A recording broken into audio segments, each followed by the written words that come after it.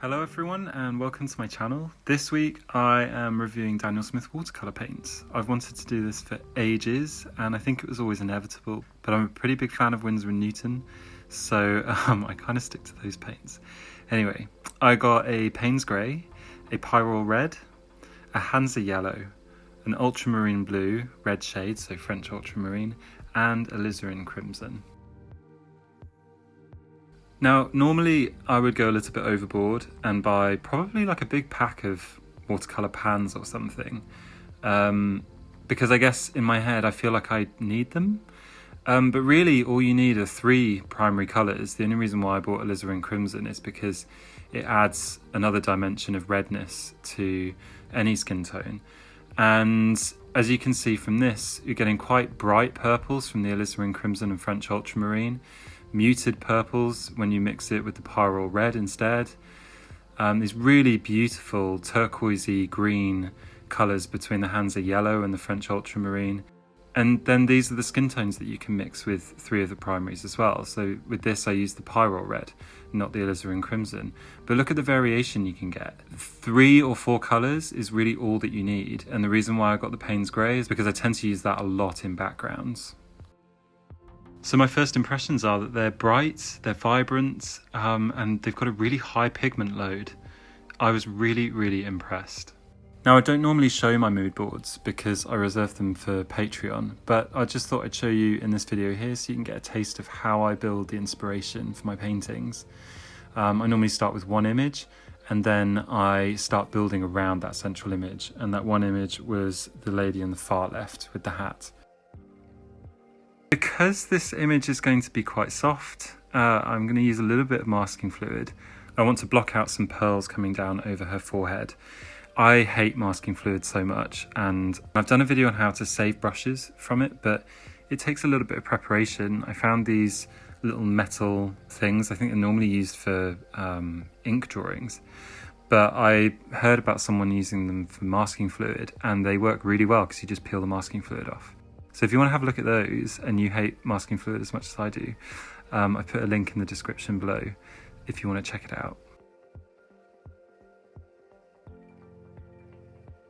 Now, I said earlier that there's a really high pigment load with these paints. They really are quite strong. I'm used to using the Winsor & Newton Professional Series paints, but in half pans. And the pigment load of those is great, but this is just next level. I was painting her face and I realised that I'd gone too dark, essentially, for the first layer. I need to reserve some space for highlights later, and I wasn't going to be able to do that with this kind of depth of colour. So in the end, I dabbed it off. I had to start again. So luckily it lifted really well, which is another really good point about Daniel Smith paints. The pigments I was using weren't highly staining, they hadn't settled into the paper just yet. And even though I diluted the mixture once, I had to do it again. And actually this whole painting, I ended up really paying a lot of attention to swatching the paints. Now this sounds like it was a headache, it wasn't. I was actually really impressed because normally tube paints can be a little bit mean or stingy on the pigment side of things. And so these were refreshing. These were like using the core paints, which I've used before, but kind of don't really pick up very often. And I can see myself using these now as much as I would use Winsor & Newton. I'm really pleased that I finally bought some to try some out, because I know a lot of Americans on social media that rave about Daniel Smith. And we get it over here in the UK, but it's not as prevalent.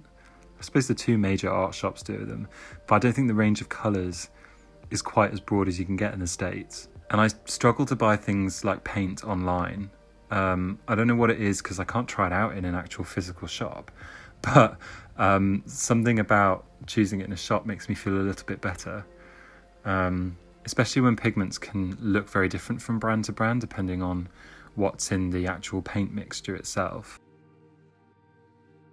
As you know, my style completely revolves around layering, and you could say that's true of anybody that works in watercolours, but some people like to work wet in wet and allow their colours to bleed, whereas I like to control the graduation of the colour a lot more.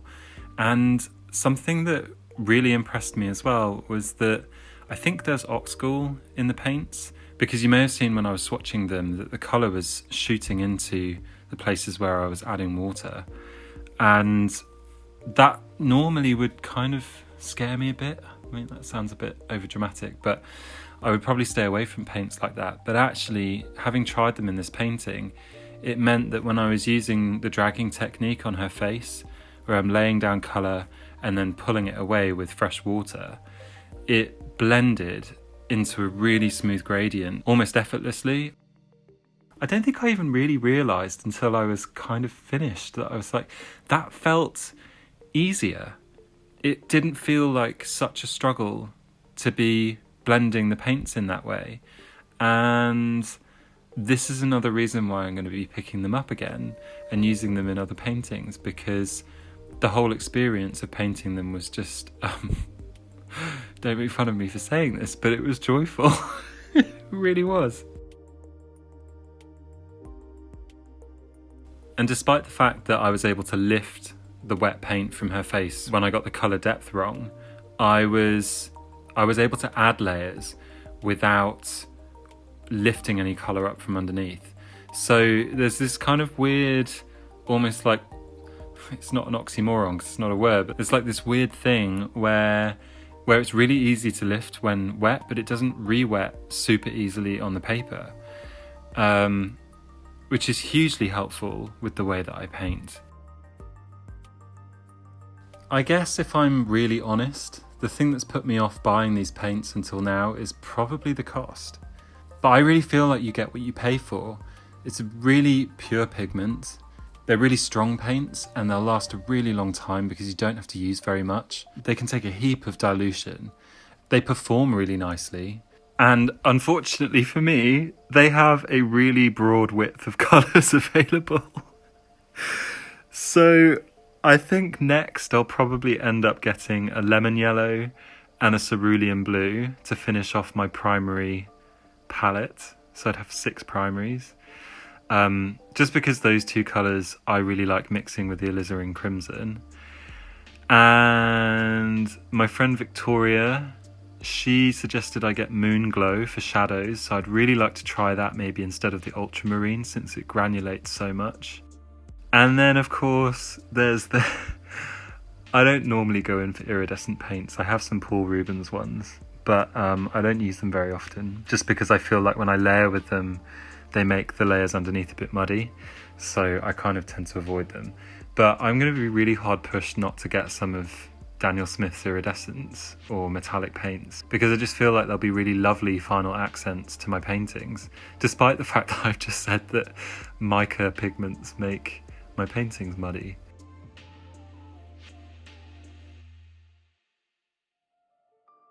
So far I've kind of talked about this painting in the context of the paints, you know, the flow of them, rewettability, etc. But I think I spent more time drawing this than I did painting. I think all in all it probably took me about 2 hours of painting total, but drawing, I was probably drawing this thing for about 4 hours. I spent a long time working out the relief on her crown.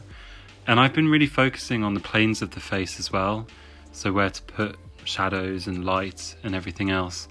That's been quite an important part of me almost relearning to draw heads and faces. And also I've been looking at the flow of my lines. I've been trying to focus on those. So I'm incorporating quite a lot of lessons that I've learned recently in my own painting practice and drawing practice.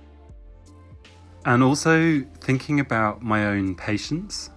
So I made sure I planned this piece so that it wasn't overwhelming. We've got quite a lot of deadlines lately, which are good deadlines. But I wanted to make sure that I was able to be creative in a small amount of time. And yet during the planning for this piece, I thought, oh, this relief is going to take hours and hours and hours. And really it's 3 layers. It's one big wash in the background. It's then a faint, darker line just on the right-hand side of every single piece of scroll work. And then right up against the scroll work is a darker line on the right-hand side as well. So actually, I simplified the form of it. I could have gone completely detail crazy and made white masked off areas and made it hyper realistic, but I just wanted to give an impression of this really mega crown, almost Padme Amidala kind of style. Anyway, thank you for watching and listening to my thoughts on these paints, and thank you to my patrons for supporting my content. I'm totally blaming the chat in our Discord server for my new obsession with these paints. I'm never going to let you get away with this.